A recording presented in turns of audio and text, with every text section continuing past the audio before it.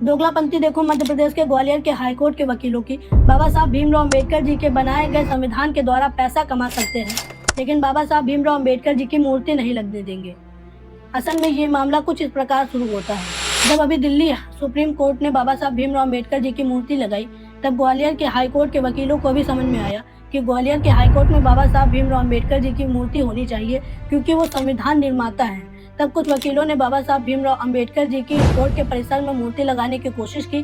फिर मनुवादी ब्राह्मण समाज के वकीलों ने इनका विरोध किया। वो कहने लगे कि बाबा साहब भीमराव अम्बेडकर जी की मूर्ति इस परिसर में नहीं लग सकती, क्योंकि ये स्थान सार्वजनिक स्थान है। फिर अम्बेडकर राइट वकीलों ने कहा कि जब बाबा साहब भीमराव अम्बेडकर जी का संविधान सार्वजनिक हो सकता है, बाबा साहब भीमराव अम्बेडकर जी सार्वजनिक हो सकते हैं, तो फिर क्यों बाबा साहब भीमराव अम्बेडकर जी की मूर्ति सार्वजनिक स्थान पर नहीं लग सकती। ये बात मुझे न्याय संगत और तर्क संगत लगी, लेकिन मुझे एक बात समझ में नहीं आई कि जो लोग न्याय के पुजारी हैं, उन्हें ये बात क्यों न्याय संगत नहीं लगी। इसके पीछे इनकी भावना साफ झलक रही है।